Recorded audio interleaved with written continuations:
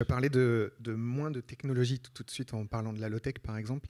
Alors je vais juste repréciser les choses. La low-tech, elle n'a pas vocation à dire qu'on veut moins de technologie parce qu'on est déjà dans un monde très technologique. On a un certain nombre de technologies qu'on maîtrise. L'idée, c'est pas de revenir en arrière. On ne reviendra de toute façon jamais en arrière parce qu'on a tous un capital technologique.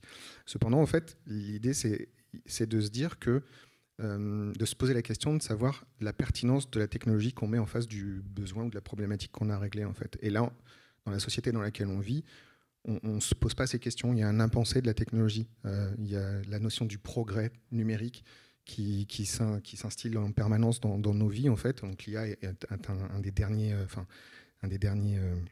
exemples. Et du coup, on ne le questionne pas en fait. On trouve ça super sympathique, on fait plein de choses qu'on n'aurait pas imaginées auparavant, donc c'est satisfaisant, c'est stimulant intellectuellement.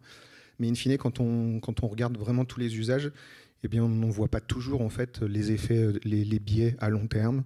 On appelle ça les effets rebonds typiquement. Il y en a plein de différents d'effets rebonds. Mais, et du coup, on ne se rend pas compte de l'impact que, comme tu disais tout de suite, que ça va avoir sur la société, sur le comportement individuel, le comportement de chacun en fait. Du coup, la low-tech, c'est aussi une manière de questionner l'usage de nos techniques parce que, juste pour recentrer le sujet sur l'aspect de notre société aujourd'hui, on est dans une situation assez faramineuse parce qu'on n'a jamais, l'humanité n'a jamais eu autant d'énergie qu'aujourd'hui en fait à disposition. Et en fait, et c'est hyper précieux toute cette énergie. Et on peut imaginer que de la dilapider dans plein d'objets différents qui réclament énormément de ressources, énormément d'énergie pour être collectés, fabriqués, etc. À titre d'exemple, pour votre téléphone portable, eh bien, il faut environ 70 kilos de terre qui sont extraits pour pouvoir fabriquer juste votre téléphone portable de quelques dizaines de grammes. Et ça, si vous faites à l'échelle de tous les de tous les appareils, les terminaux numériques qu'on appelle comme ça, en France, on a 800 millions de terminaux numériques en circulation. Eh bien, je vous laisse faire le calcul sur la quantité de terre, de ressources et d'eau dont on a besoin pour réussir à extraire tout ça.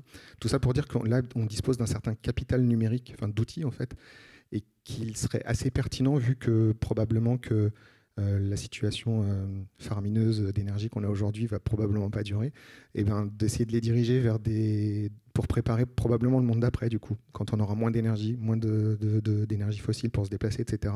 Comment on va réussir à stabiliser notre société, comment on va continuer à fonctionner avec un certain niveau de confort tous. C'est un peu ça que questionne aussi la low-tech en fait. Essayer de préparer la suite, parce qu'on sait que probablement elle ne sera pas aussi immense que ce qu'on vit aujourd'hui. Un peu plus